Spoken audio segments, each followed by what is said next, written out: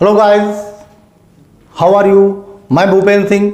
आज हम आपके लिए लेकर आए हैं इंटरमीडिएट सिलेबस का एक बहुत ही इंपॉर्टेंट चैप्टर जिसका नाम है सिंटैक्स। तो सिंटैक्स के तहत पहले सिंटैक्स का अर्थ हम जान लेते हैं क्या होता। सिंटैक्स का अर्थ ही होता है वाक्य रचना। कैसे हम दिए गए सेंटेंस में आई हुई त्रुटियों को दूर करके जब उनको हम एक प्रॉपर सीक्वेंस में सही लिखते हैं तो वही हमारा कहलाता है सिंटैक्स। तो सिंटैक्स में कई प्रकार की त्रुटियां आती हैं जिनको हमको सही करना होता, जैसे syntax of noun, syntax of pronoun, syntax of verb, syntax of adjective. लेकिन हम शुरू करते हैं सिंटैक्स ऑफ आर्टिकल से। तो जैसा कि आप सबको पता है, आर्टिकल्स दो प्रकार के होते हैं। एक होता है डेफिनेट आर्टिकल और एक होता है इनडेफिनेट आर्टिकल। तो डेफिनेट आर्टिकल के तहत आता है द और इनडेफिनेट आर्टिकल के तहत आता है ए और एन। तो यहां पर कुछ रूल्स दिए गए हैं। आइए उन रूल्स के थ्रू हम जानते हैं कि कब हमको डेफिनेट आर्टिकल यूज करना है, कब हमको इनडेफिनेट आर्टिकल यूज करना है। तो पहले हम बात करते हैं कौन से इनडेफिनेट आर्टिकल की, कि कब हमको इनडेफिनेट आर्टिकल कहां हमको आ यूज करना है, कहां हमको एन यूज करना है। तो कुछ रूल्स हैं, देख लेते हैं। एक वचन जातिवाचक संज्ञा के पहले कोई ना कोई आर्टिकल अवश्य आता है। आप ये कह सकते हैं कि जब कोई एक वचन जातिवाचक संज्ञा यूज होगी, एक वचन की हो और वो किसी संपूर्ण जाति का बोध करा रही हो, तो उस कंडीशन में आर्टिकल ए या एन यूज किया जाएगा सिंगुलर के लिए। अब कहां पर आ यूज किया जाएगा, कहां पे एन यूज किया जाएगा। तो जैसा कि आपको पता है कि जब उच्चारण के अनुसार उच्चारण किसी वर्ड का स्वर अक्षर से होता है तो वहां हम एन यूज करते हैं, और जब किसी वर्ड का उच्चारण व्यंजन अक्षर से होता है तो वहां हम आ यूज करते हैं। तो देखते हैं, दिस इज अ मैंगो। तो ये यहां पे जो मैंगो है वो जातिवाचक संज्ञा है और एक वचन में यूज की गई है, इसलिए वहां कोई ना कोई आर्टिकल अवश्य यूज किया जाएगा। तो आर्टिकल चूंकि एक वचन संज्ञा है तो लाजमी है कि चाहे हम आ यूज करें चाहे एन यूज करें। क्योंकि मैंगो का जो प्रोनाउंसिएशन करते हैं तो हम पाते हैं मैंगो का उच्चारण व्यंजन से होता है, इसलिए या व्यंजन अक्षर से होता है, इसलिए यहां क्या यूज किया गया, आ। अगला एग्जांपल देखते हैं, he bought an ink pot. तो इंक पॉट के पहले एन यूज किया गया, क्यों? क्योंकि इंक पॉट जो है एक वचन संज्ञा है और इंक पॉट एक जाति का बोध कराती है या जातिवाचक संज्ञा है, पूरी इंक पॉटों की एक कैटेगरी का बोध कराती है। तो इसलिए इंक पॉट का उच्चारण चूंकि स्वर अक्षर से होता है, इसलिए इसके पहले आर्टिकल एन यूज कर लिया गया। आगे देखते हैं दूसरा रूल, सिंगुलर नाउन से पहले उच्चारण के अनुसार ए तथा एन का प्रयोग किया जाता है। तो सिंगुलर नाउन से पहले कब हम ए यूज करेंगे, कब हम एन यूज करेंगे। तो छोटी क्लासों में आप पढ़ चुके हैं कि जब किसी वर्ड को इंग्लिश अल्फ़ाबेट से शुरू किया जाता है या इंग्लिश अल्फ़ाबेट के वावल लेटर से जब कोई वर्ड शुरू होता तो उसके पहले अमूमन आप एन यूज करते थे, और अगर कोई वर्ड इंग्लिश के कॉन्सोनेंट लेटर से शुरू होता है तो उसके पहले हम आ यूज करते थे।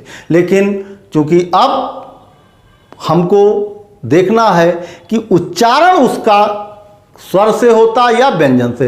अब इंग्लिश अल्फ़ाबेट के अकॉर्डिंग ही हम ए एन यूज नहीं कर सकते, जब तक हम उसका हिंदी वर्णमाला के अकॉर्डिंग प्रोनाउंसिएशन करते हैं। तो उसके अकॉर्डिंग अगर हिंदी वर्णमाला के स्वर अक्षर से कोई शब्द उच्चारित होता है तो वहां हम एन यूज करेंगे, और अगर हिंदी वर्णमाला के व्यंजन अक्षर से किसी शब्द की उच्चारत या उच्चारण होता है तो उस कंडीशन में हम आ यूज करेंगे, भले ही वो वर्ड इंग्लिश के वावल लेटर से ही क्यों ना शुरू हुआ हो। आइए देख लेते हैं, कुछ एग्जाम्पल दिए गए हैं। जैसे यहाँ लिखा है आ यूरोपियन।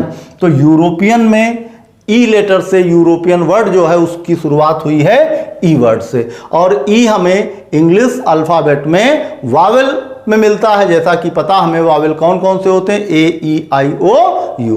तो ई से शुरू हुआ है, उसके अकॉर्डिंग हमें आयन यूज करना चाहिए था, लेकिन जब हम इसका प्रोनाउंसिएशन करते हैं तो प्रोनाउंसिएशन इसका होता है या अक्षर से। यूरोपियन का जब हम प्रोनाउंसिएशन करते हैं तो वो प्रोनाउंसिएशन होता है या अक्षर से, और या जो है वो हिंदी वर्णमाला में किस कैटेगरी में आता है, व्यंजन में आता है, स्वर में तो आता नहीं।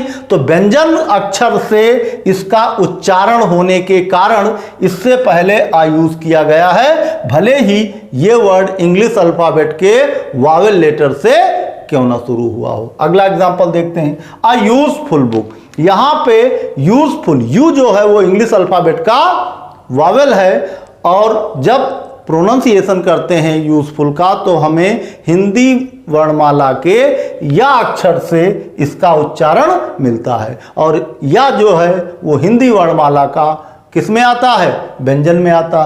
तो इसलिए हम useful, a useful book, sorry use book नहीं है बल्कि होना चाहिए यूजफुल बुक। तो अ यूजफुल बुक, हम ये कह सकते हैं कि यूजफुल के पहले, चूंकि यूजफुल का उच्चारण किससे हुआ है, या अक्षर से, इसलिए इसके पहले क्या यूज हुआ, आ यूज हुआ। आगे देखते हैं, a university. University English alphabet के वावेल लेटर से शुरू हुआ है, लेकिन जब इसका हम प्रोनाउंसिएशन करते हैं तो वो या अक्षर से होता है, इसलिए इसके पहले भी आ यूज किया गया है। अगला आता है आपका INMP। वैसे तो M जो है इंग्लिश अल्फाबेट का कॉन्सोनेंट है, और लेकिन जब उसका हम प्रोनाउंसिएशन करते हैं तो MP, जब M का प्रोनाउंसिएशन करते हैं तो हम पाते हैं कि M का प्रोनाउंसिएशन हिंदी वर्णमाला के ए अक्षर से होता है, और ए जो है हिंदी वर्णमाला के स्वर में आता है, और इसलिए MP के पहले आयन यूज किया गया है। अब आगे देखते हैं, यदि शब्द यच अक्षर से शुरू हुआ हो। अगला एग्जाम्पल रूल देखते हैं, मान लीजिए कोई वर्ड जो है वो एच अक्षर से शुरू हुआ है और उसका उच्चारण हा से है। अगर कोई वर्ड एच लेटर से लिखा गया है और जब हम उसको प्रोनाउंसिएशन करते हैं, उसका उच्चारण करते हैं, और वो उच्चारण अगर हा अक्षर से शुरू हुआ है तो उस कंडीशन में वहां हम आर्टिकल आ यूज करते हैं, और तथा यदि उसका उच्चारण हा अक्षर से ना हो करके आ अक्षर से उसका उच्चारण हो रहा हो तो उस कंडीशन में वहां हम आयन का प्रयोग करते हैं, भले ही वो वर्ड इंग्लिश अल्फाबेट के कॉन्सोनेंट लेटर से ही क्यों ना लिखा गया हो। आइए देखते हैं एग्जांपल। यहां लिखा है एन आवर। तो आवर चूंकि एच लेटर से लिखा गया, लेकिन जब इसका हम प्रोनाउंसिएशन करते हैं, इसको उच्चारित इसको करते हैं तो एच साइलेंट होता है, उसका उच्चारण नहीं किया जाता, तो हम इसको पढ़ते हैं आवर। अर्थात जब इसका हम उच्चारण करते हैं तो उच्चारण इसका होता है आवर। तो आ जो है वो हिंदी वर्णमाला के स्वर अक्षर से शुरू होता है, इसलिए आवर के पहले यूज किया गया है आयन, क्योंकि आयन की यही डिफिनेशन है, आयन प्रयोग करने की यही कंडीशन है कि दिए गए वर्ड का अगर प्रोनाउंसिएशन हिंदी वर्णमाला के स्वर अक्षर से होता है तो उस वर्ड से पहले आयन आर्टिकल यूज किया जाता है। अगला एग्जाम्पल है एन ऑनेस्ट मैन। यहां भी जो वर्ड है वो एच से शुरू हुआ है, लेकिन जब हम उसको प्रोनाउंसिएशन या उसको उच्चारित करते हैं तो एच साइलेंट होने की वजह से हा का उच्चारण नहीं निकलता, तो ये पढ़ा जाता है एन ऑनेस्ट मैन। तो ऑनेस्ट का उच्चारण जो होता है वो औ से निकलता है, और वो हिंदी वर्णमाला में स्वर अक्षर होता है, इसलिए ऑनेस्ट से पहले भी आयन यूज किया गया। आगे है आ हार्स। लिखा तो ये भी एच से ही है, लेकिन जब इसको हम उच्चारित करते हैं हार्स तो उसका उच्चारण हा अक्षर से होता है, और हा अक्षर से उच्चारण होने की वजह से हार्स के पहले आ यूज किया गया। आगे देखते हैं आ हैन। हैन भी एच लेटर से लिखा गया, लेकिन जब उसको हम उच्चारित करते हैं तो इसका उच्चारण भी हा अक्षर से मिलता हमको, इसलिए हैन के पहले भी ए यूज किया गया या आ यूज किया गया।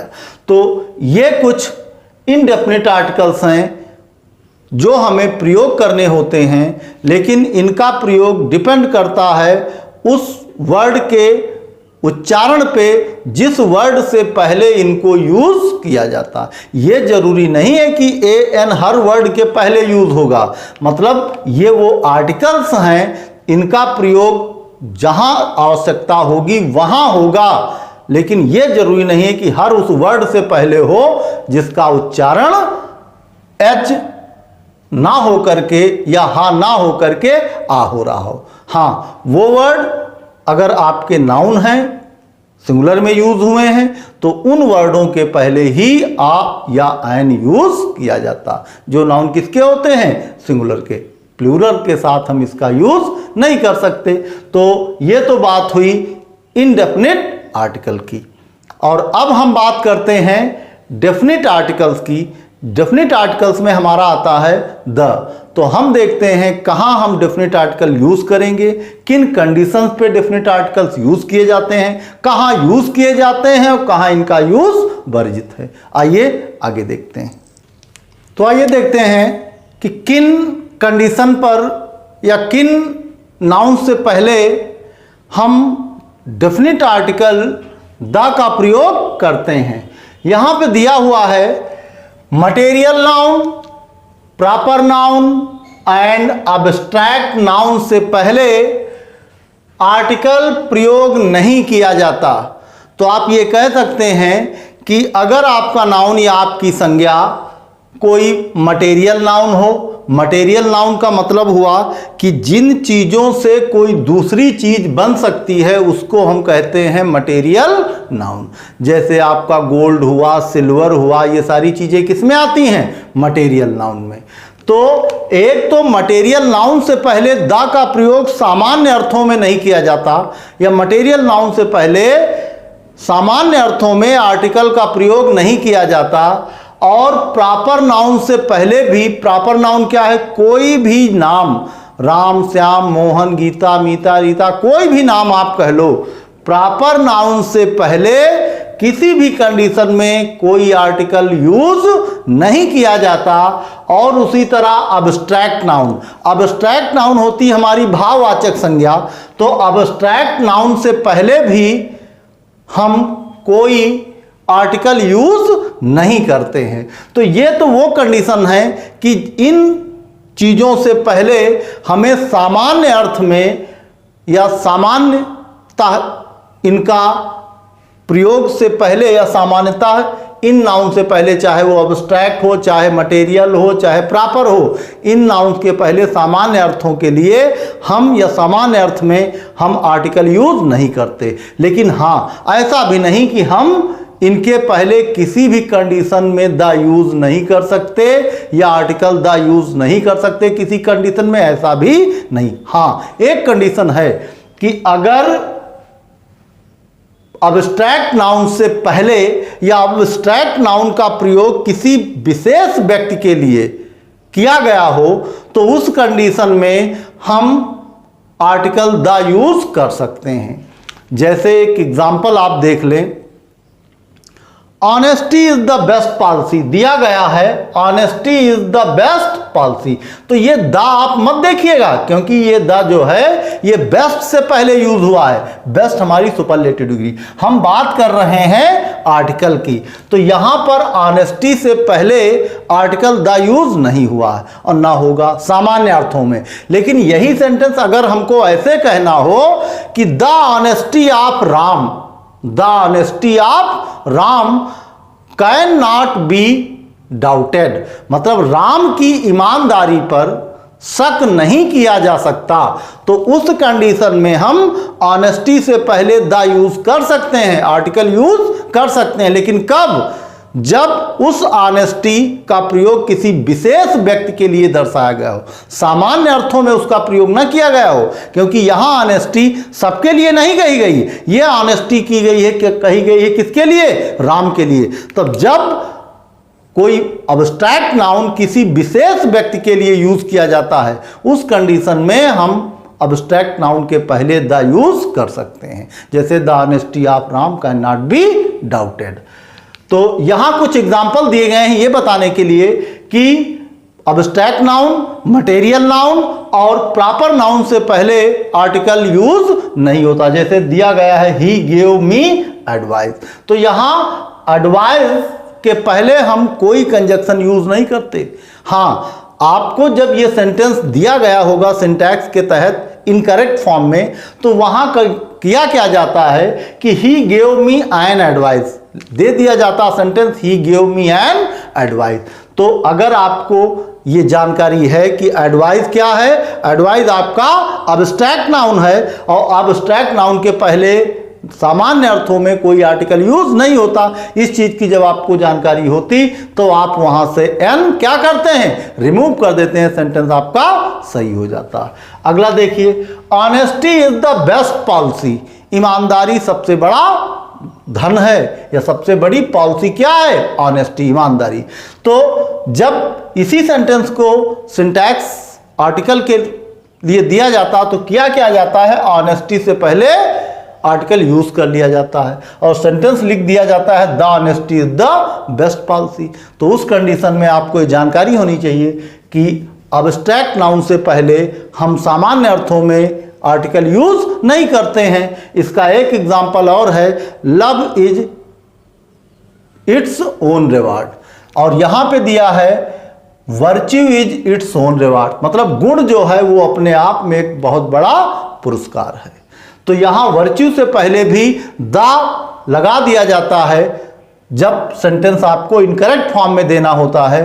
तो आप उस वर्च्यू से पहले यह ध्यान रखिए कि कोई भी अब्स्ट्रैक्ट नाउन होगा सामान्य अर्थों में उसके पहले हम आर्टिकल यूज नहीं करेंगे, ना केवल अब्स्ट्रैक्ट नाउन में। यह बात आपको ध्यान रखनी है, प्रॉपर नाउन और मटेरियल नाउन से पहले द आपको यूज नहीं करना।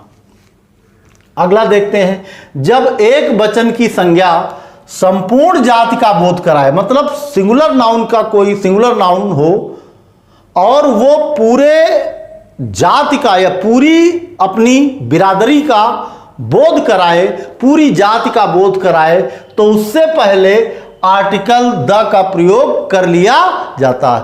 जैसे आप ये कह सकते हैं कि अगर कोई सिंगुलर नाउन हो और वो पूरी जाति का बोध कराए तो उस कंडीशन में हम ऐसे सिंगुलर नाउन से पहले जो जाति का बोध करा रहा हो, अपने जैसे पूरे ग्रुप का बोध करा रहा हो, उस कंडीशन में वहां आर्टिकल द यूज किया जा सकता है। तो एग्जाम्पल के तौर पे जैसे है कि the cow is a useful animal, लिखा है sentence the cow is useful animal. आप ये कह सकते हैं कि यहां पर द काउ जो है सिंगुलर एक वचन की संज्ञा है और एक वचन की संज्ञा होने के साथ साथ ये काउ जाति का बोध करा रहा, गायों की जाति का बोध करा रहा है। एक वचन का सिंगुलर नाउन है लेकिन पूरे जाति का बोध करा रहा, इसलिए काउ से पहले क्या यूज हुआ है, आर्टिकल द। दूसरा एग्जाम्पल देख लेते हैं। मान लीजिए एग्जाम्पल दिया है द डॉग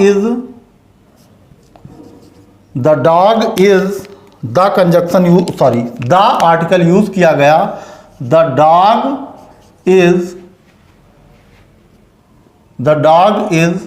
फेथफुल एनिमल,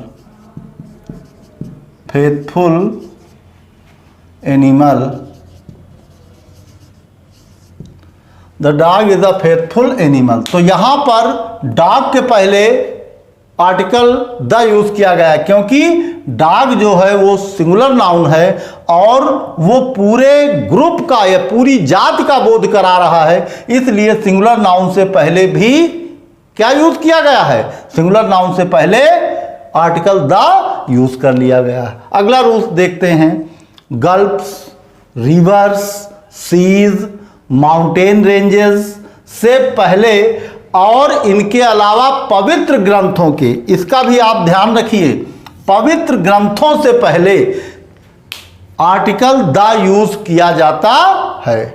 इन सबके पहले क्या यूज कर लिया जाता, द। चाहे वो पवित्र नदियां हों, वैसे तो गंगा है, जमुना है, ये सब किस में आती हैं? प्रॉपर नाउन में आती, लेकिन इनके पहले नदियों के पहले द यूज किया जाता है। तो रिवर्स के पहले हम आर्टिकल द यूज करेंगे, सीज और जो समुद्र के नाम हैं उनके पहले भी हम आर्टिकल द यूज कर लेते हैं। The Arabian sea, the black sea, the और कई सारे सी हैं, black sea, red sea, Arabian sea, इन सब के पहले हम आर्टिकल द यूज कर लेते हैं। तो ये तो बात हुई सी की। अब माउंटेन रेंजेस, द हिमालयाज, लेकिन एक चीज आपको ध्यान रखनी है, माउंट एवरेस्ट से पहले आप आर्टिकल द यूज नहीं करेंगे। द हिमालयाज, माउंटेन रेंजेस, जो भी पर्वत श्रृंखलाएं हैं उनके पहले आप द आर्टिकल यूज कर सकते हैं। और अब आती है बात पवित्र ग्रंथों की। जो भी पवित्र ग्रंथ हैं उनके पहले भी आर्टिकल द यूज किया जाता है। The Mahabharat, the Ramayan, the Veda, the Bible, the Quran, कोई भी जो पवित्र ग्रंथ हैं, महान ग्रंथ हैं, उनके पहले भी हम आर्टिकल द यूज करते हैं। तो एग्जाम्पल के तौर पे आप देख सकते हैं, द रामायण, द रामायण पवित्र ग्रंथ के पहले हो गया। अब द ब्लैक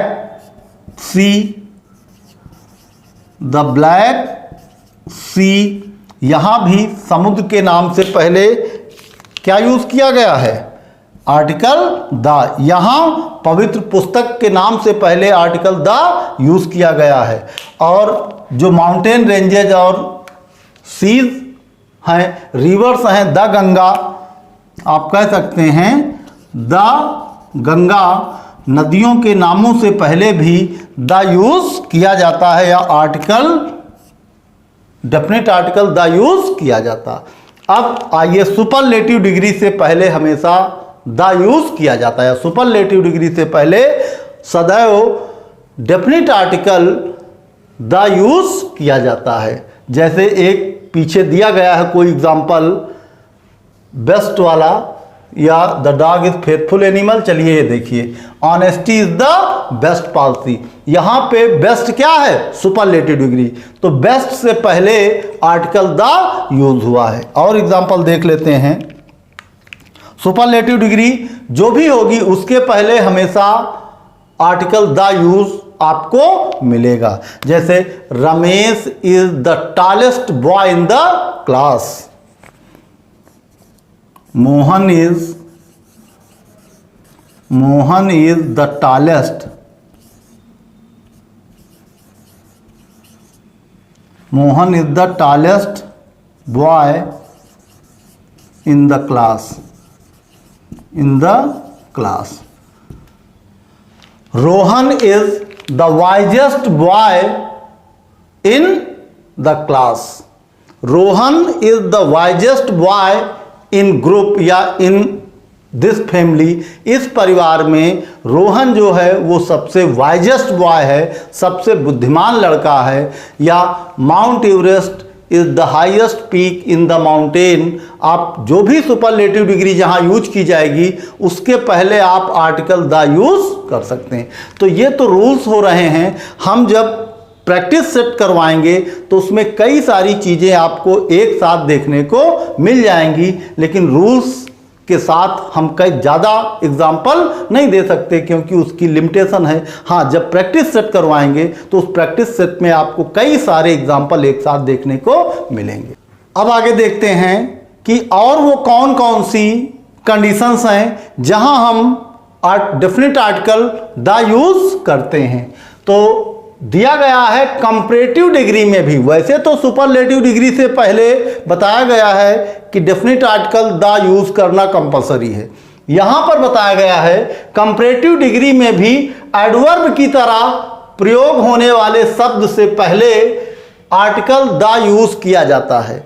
कहने का अर्थ यह हुआ कि कंपैरेटिव डिग्री में भी कुछ वर्ड यूज होंगे जो वर्ड एडवर्ब की तरह यूज होंगे, तो उन वर्ड से पहले हम आर्टिकल द यूज कर लेते हैं। तो एग्जाम्पल के लिए देख लेते हैं, द मोर यू गेट, जैसे लिखा है the more you get the more you get, the more you want, the more you want, जितना ज़्यादा आप पाते हैं उतने ज़्यादा की आपको ख्वाहिश होती है, या उतना ही ज़्यादा आपको पाने की चाह होती। जितना आप ज़्यादा पाते हैं उतने ज़्यादा आपकी पाने की चाह होती। कहने का अर्थ ये हुआ कि इच्छाएं कभी तृप्त नहीं होती। जितना आप चाहते हैं अगर आपको उतना मिल जाएगा तो आपकी चाहत और ज़्यादा बढ़ जाएगी। तो कहा गया द मोर यू गेट, जितना ज़्यादा आपको मिलता जाता है या जो आप अचीव करते जाते हैं, जितना आप अचीव करते जाएंगे आपकी इच्छाएं उतना ही और ऊपर बढ़ती चली जाएंगी। क्यों? क्योंकि इंसान जो है वो अपनी इच्छाओं का गुलाम है। क्योंकि अगर इंसान ने इच्छाओं को बस में कर लिया तब वो रिच हो जाता है, फिर उसको किसी चीज़ की चाह नहीं होती। यहाँ कहा गया द मोर यू गेट, जितना आप द मोर यू गेट, जितना आप ज़्यादा पाते हैं, द मोर यू वांट, उतने ज़्यादा आप चाहते हैं। और एग्जाम्पल है द मोर यू स्टडी, जितना आप ज़्यादा पढ़ते हैं, more you learn, the more you learn, जितना ज़्यादा आप पढ़ेंगे उतना ज़्यादा आप सीखेंगे। तो ये तो एग्जाम्पल हुआ। यहाँ पर आर्टिकल जो द यूज हुआ है वो आर्टिकल इस वर्ड मोर से पहले यूज हुआ। तो रूल में कहा गया है कि जब, और मोर कैसी डिग्री है, मोर हमारी है कंपैरेटिव डिग्री, तो कहा गया है कि कंपैरेटिव डिग्री में भी एडवर्ब की तरह जो वर्ड यूज हुआ है उससे पहले हम आर्टिकल द यूज करेंगे। अगला रूल देखते हैं, संसार की अद्वितीय वस्तुओं से पहले आर्टिकल द प्रयुक्त होता है। जो भी यूनिक थिंग है, इस वर्ड की जो भी यूनिक थिंग्स हैं उन सब यूनिक थिंग से पहले आर्टिकल द यूज होता है। आप कह सकते हैं the earth, the sun, the moon, the sky. तो जो भी संसार की यूनिक थिंग्स हैं उन सब के पहले आर्टिकल द यूज किया जाता है।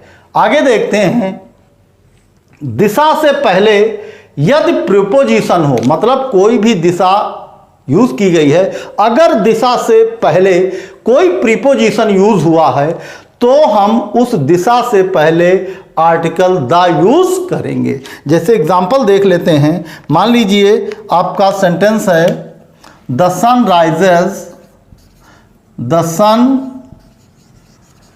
राइजेस इन ईस्ट लिखा है।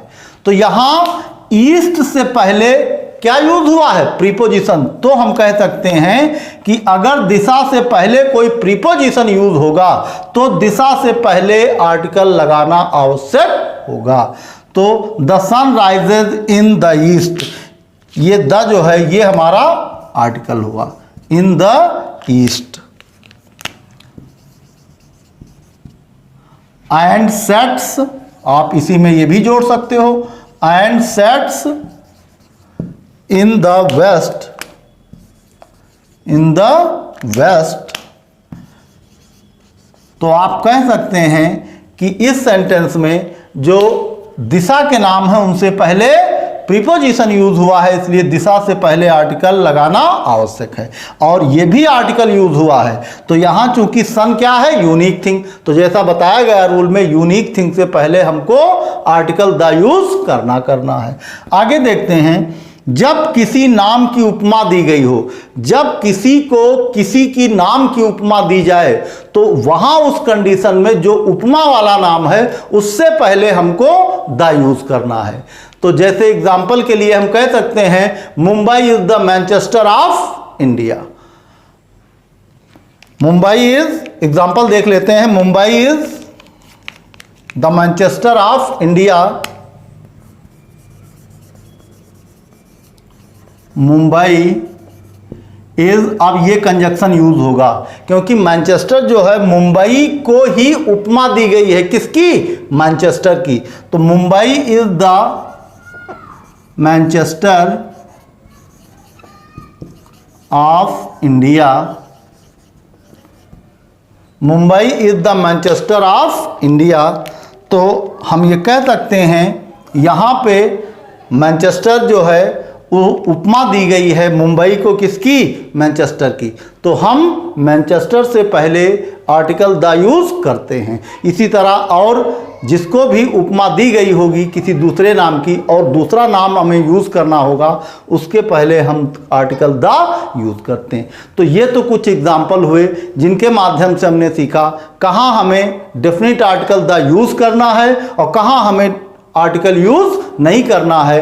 तो अब हम प्रैक्टिस सेट के माध्यम से ये क्लियर करेंगे कि किन किन जगहों पे हमें कौन सा आर्टिकल यूज़ करना है, कहाँ हमें डेफिनेट आर्टिकल यूज़ करना है, कहाँ इनडेफिनेट आर्टिकल यूज़ करना, कहाँ आर्टिकल यूज़ होना है और कहाँ आर्टिकल यूज़ नहीं होना है। ये कुछ एग्जाम्पल दिए गए हैं।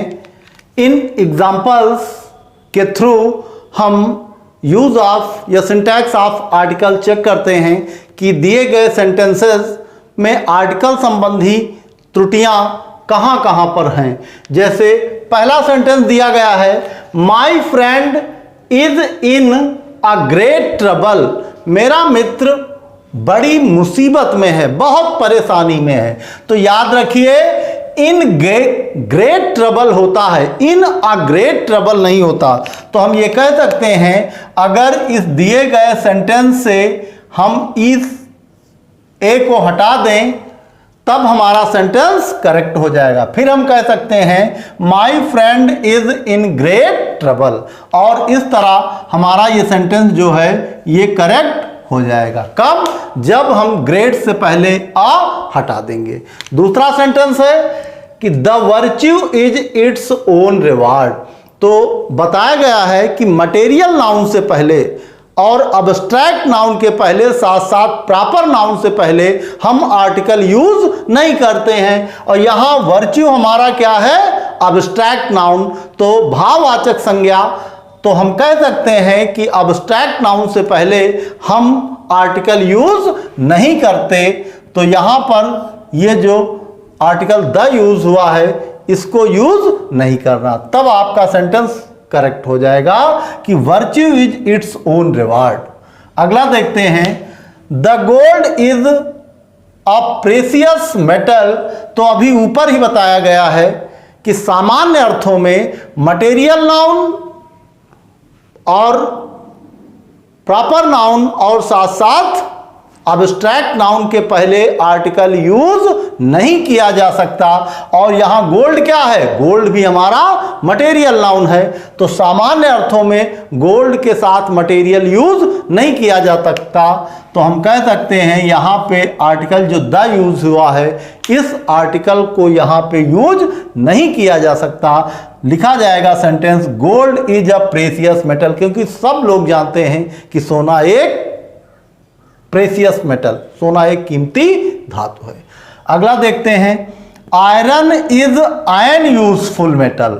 आयरन जो है वो इज आयन यूजफुल, यहां आयन लगा है और यू से शुरू जरूर ये वर्ड हुआ है इंग्लिश अल्फाबेट के वावेल लेटर से, लेकिन जब हम इसका प्रोनाउंसिएशन करेंगे तो ये हिंदी वर्णमाला के या अक्षर से इसका प्रोनाउंसिएशन होता है और या हिंदी वर्णमाला में व्यंजन की श्रेणी में आता।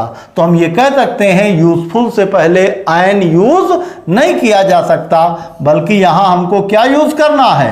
आ। तो एन हमको यहां से रिमूव करना है। सेंटेंस हमारा बनेगा iron is a useful metal. आगे देखते हैं, the game has come to end. The game has come to end. तो गेम कभी समाप्त नहीं होता, गेम कभी समाप्त नहीं होता। हाँ, गेम ओवर होता है लेकिन गेम कहीं समाप्त होता। क्रिकेट न जाने कब से खेला जा रहा है, क्रिकेट खेल खत्म हो गया। तो गेम जो है वो ओवर होता है, समाप्त नहीं होता। तो हम कह सकते हैं the game has come to an end. जब खेल समाप्त होता हम ये कह सकते हैं the game has come to an end. तो इस तरह यहां पे आर्टिकल अगर हमको एन यूज करके इस सेंटेंस को करेक्ट करना है। आगे देखते हैं, ही इज सफरिंग फ्रॉम। तो ही इज सफरिंग फ्रॉम, यहां कहीं हमें कोई त्रुटि नजर नहीं आ रही। हाँ, मलेरिया से पहले ये जो आर्टिकल द यूज हुआ है, तो रोगों से पहले आर्टिकल यूज नहीं किया जाता। तो यहां पे ये जो द यूज हुआ है, हम इसको रिमूव करेंगे, तब जाके हमारा ये सेंटेंस करेक्ट होगा। अगला देखते हैं, रिच शुड हेल्प पुअर। तो यहां पुअर गरीब, जब पुअर के साथ हम रिच, द रिच होता है और द पुअर, इसका मतलब आर्टिकल रिच से पहले भी हमको क्या यूज करना है, द रिच। अगर द रिच होगा तो इसका मतलब हो जाएगा अमीर लोग, और पुअर से पहले भी हमको आर्टिकल कौन सा यूज करना है, द। अगर द यूज करेंगे, अब इस पुअर का अर्थ हुआ द पुअर, अर्थात गरीब लोग। अब इसका अर्थ क्या हो जाएगा, गरीब लोग। अब सेंटेंस का अर्थ निकल रहा है, the rich should help the poor. अमीरों को हेल्प करनी चाहिए, किसकी, गरीब लोगों की। तो ये कुछ एग्जाम्पल हैं, इन एग्जाम्पल के थ्रू हमने देखा कहाँ आर्टिकल यूज होते हैं और कहाँ आर्टिकल यूज नहीं होते हैं। प्रैक्टिस सेट में और कई सारे एग्जाम्पल के साथ फिर हम मिलेंगे। तब तक के लिए धन्यवाद।